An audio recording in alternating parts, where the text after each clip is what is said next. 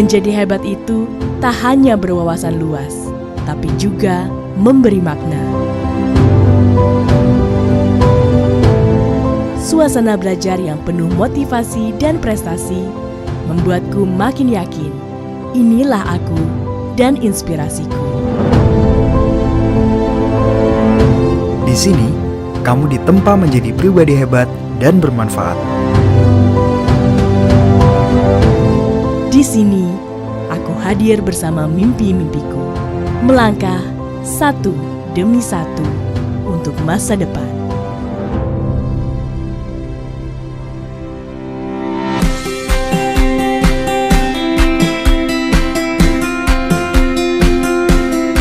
Suasana Malang Raya yang sejuk dan nyaman menjadi tempat yang sempurna untuk belajar, berproses, dan menempa diri. Siapapun akan jatuh hati pada kota ini. Impian para pelajar dari berbagai budaya dan negara. Universitas Muhammadiyah Malang diberkahi puja-puji keindahan alam. Kampus ini penuh prestasi. Tak heran, pengakuan dari berbagai lembaga, baik di tingkat nasional maupun internasional, tak henti-hentinya diraih.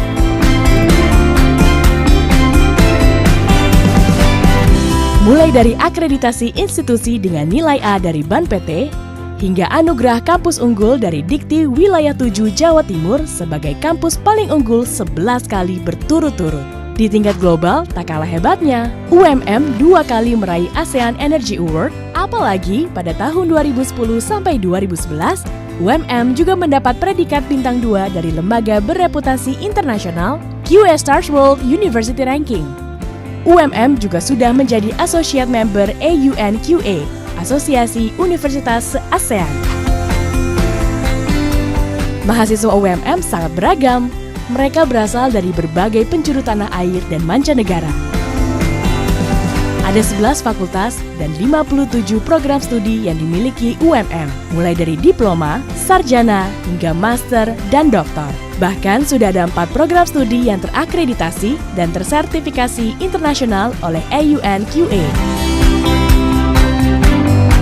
Pilihan program dan program studi yang ada di kampus ini seperti Fakultas Agama Islam, Fakultas Ilmu Sosial dan Ilmu Politik, Fakultas Keguruan dan Ilmu Pendidikan, Fakultas Pertanian dan Peternakan, Fakultas Hukum, Fakultas Psikologi, Fakultas Teknik, Fakultas Kedokteran, Fakultas Ilmu Kesehatan, Fakultas Ekonomi dan Bisnis, Program Magister, dan Doktor. Setiap fakultas dan program studi punya sarana laboratorium yang sangat lengkap. Semuanya terpusat dengan Laboratorium Sentral UMM. Laboratoriumnya juga sudah teruji karena telah meraih ISO dari Komite Akreditasi Nasional atau KAN dan berkualifikasi melakukan uji laboratorium untuk pihak luar, baik perusahaan maupun perguruan tinggi lain.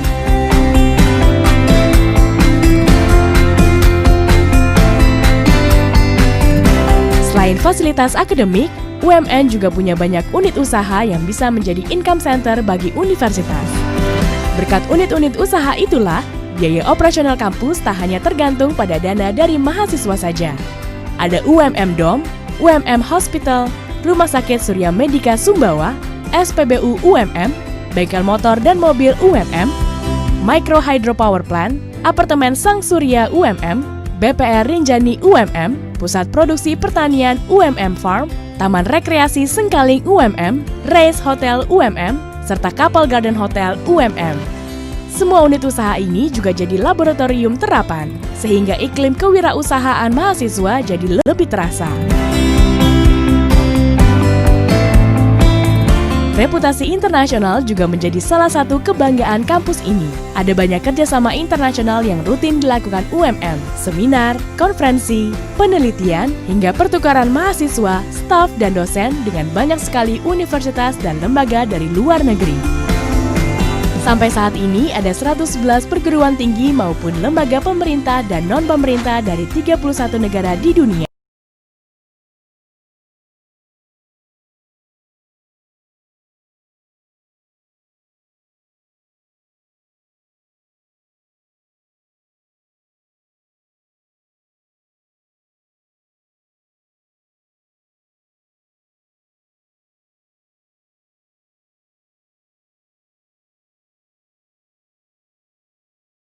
Assalamualaikum warahmatullahi wabarakatuh. Selamat pagi. Setelah kita melaksanakan salam pembukaan dan mengucapkan dan berdoa bersama menurut kepercayaan dan agama masing-masing, langsung saja kita mulai pelajaran hari ini. Kita dapat mengetahui apa itu biografi. Nah, biografi itu kita dapat mempelajari ciri-ciri biografi itu seperti apa, biografi berdasarkan fungsi. Nah, siapa aja sih yang bisa ditulis dalam biografi itu? Biografi itu dapat menceritakan perjalanan hidup seorang tokoh-tokoh yang terkenal seperti Insinyur Soekarno, Muhammad Hatta, Bunyamin. Nah, seperti itu. Tokoh-tokoh yang memiliki istimewaan atau artis yang memiliki prestasi yang patut untuk dikenang. Nah, orang-orang yang memiliki prestasi berjasa, artis, orang-orang yang seperti itu yang bisa dibuat sebuah teks biografi tentang dirinya untuk mengabadikan keistimewaan yang ada dalam dirinya. Dan di dalamnya itu berisi dia memiliki prestasi apa, karir yang sudah pernah ia raih itu apa saja, kemudian perjalanan hidup yang unik atau yang bisa menarik orang itu biasanya yang ditulis dalam biografi. Nah, kemudian untuk dapat mengetahui seperti apa biografi itu, kemudian kita dapat mempelajari ciri-ciri biografi, yaitu yang pertama, berdasarkan fungsi dari biografi itu sendiri. Satu, dapat memberikan gambaran riwayat hidup atau kejadian yang pernah dialami oleh tokoh tersebut atau seorang artis tersebut. Kemudian, memberikan gambaran tentang tema dan bobot. Misalnya, saya akan membeli sebuah novel. Nah, novel satunya terdapat saingan novel lagi yang sama ditulis oleh penulis terkenal. Nah, kemudian yang harus saya lakukan, saya harus membaca biografi untuk dapat mengetahui latar belakang penulis tersebut dan karya yang dapat kita pertimbangkan bobotnya itu seperti apa, baik bagusnya seperti itu. Nah, disitulah kita dapat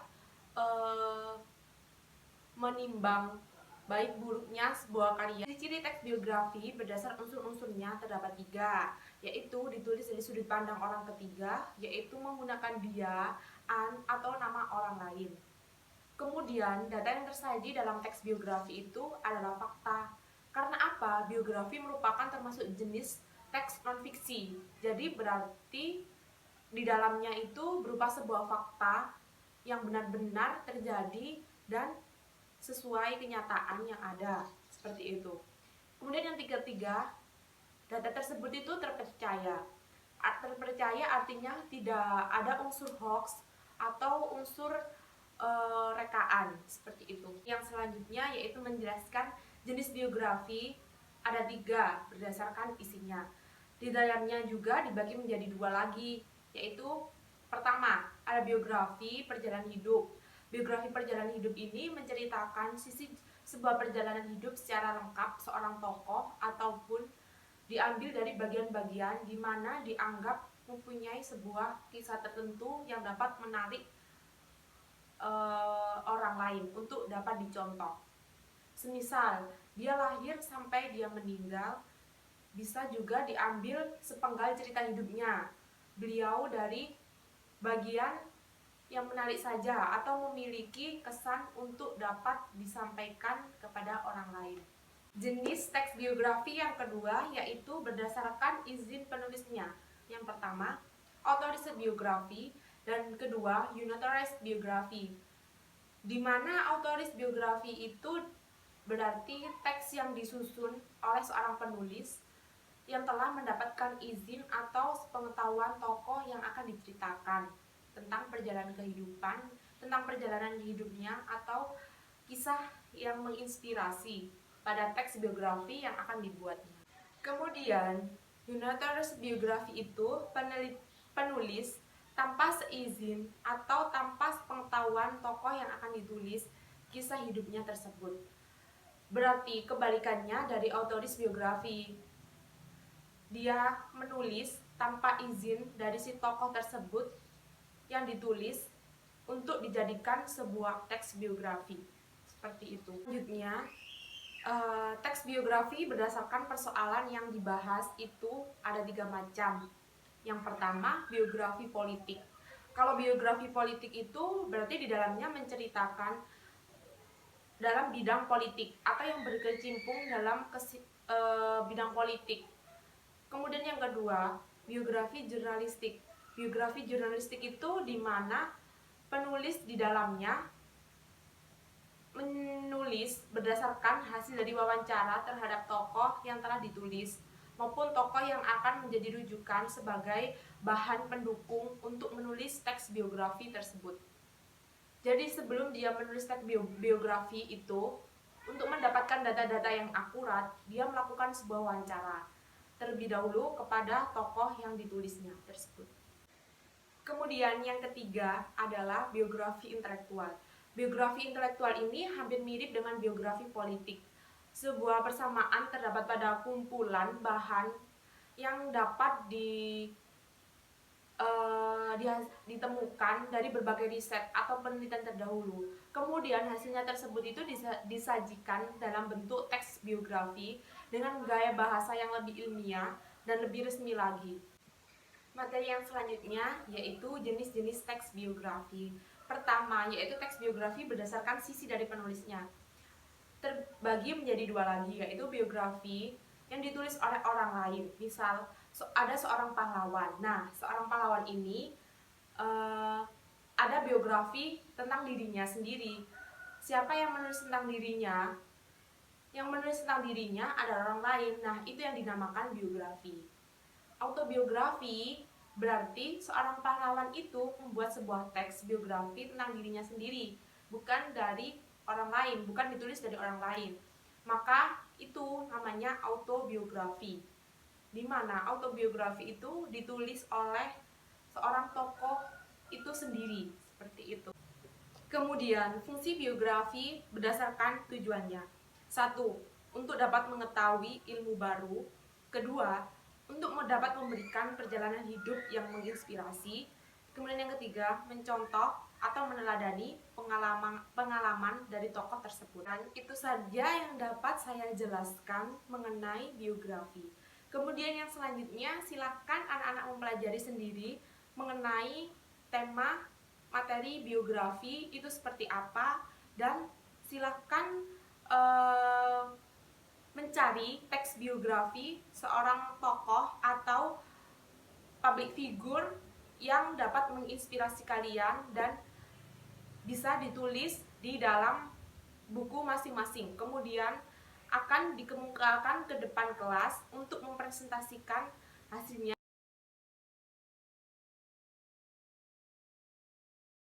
Merupakan salah satu pahlawan revolusi Indonesia yang agar berjasa di Indonesia agar generasi bangsa bisa mengenal sosok Ahmad Yani yang bernama lengkap beserta gelarnya yakni Jenderal TNI Anumeta Ahmad Yani. Berikut merupakan biografi singkat Ahmad Yani yang perlu dibaca generasi muda. Ahmad Yani lahir di sebuah keluarga yang merupakan pekerjaan di sebuah pabrik gula milik orang Belanda. Keluarga tersebut lahir dari sebuah keluarga yang merupakan pekerja di sebuah pabrik gula milik orang Belanda. Keluarga tersebut dikenal dengan nama Wongsorejo. Ia lahir di Jenar, Purworejo pada tanggal 19 Juni 1922. Dikarenakan ayahnya harus bekerja untuk General Belanda, maka pada tahun 1927 Ahmad Yani kecil ikut pindah bersama keluarganya di Batavia atau yang sekarang terkenal dengan nama DKI Jakarta untuk menjalankan wajib militer di tentara Hindia Belanda. Ahmad Yani pun meninggalkan sekolah tinggi setelah sebelumnya mengenyam pendidikan dasar dan menengah. Selama wajib militernya tersebut, ia mempelajari topografi militer sebelum kedatangan pasukan Jepang yang mengganggu belajarnya tersebut di Malang, Jawa Timur pada tahun 1942. Pada waktu bersamaan, Ahmad Yani kembali ke Jawa dengan bersama keluarganya.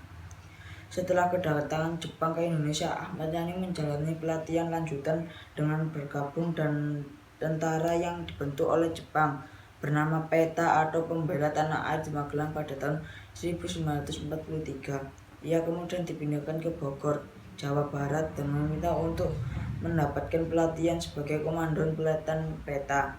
Setelah ia menyelesaikan pelatihan lanjut tersebut, kemudian setelah melakukan pelatihan tersebut, ia pun dikirim ke Magelang kembali untuk menjadi instruktur.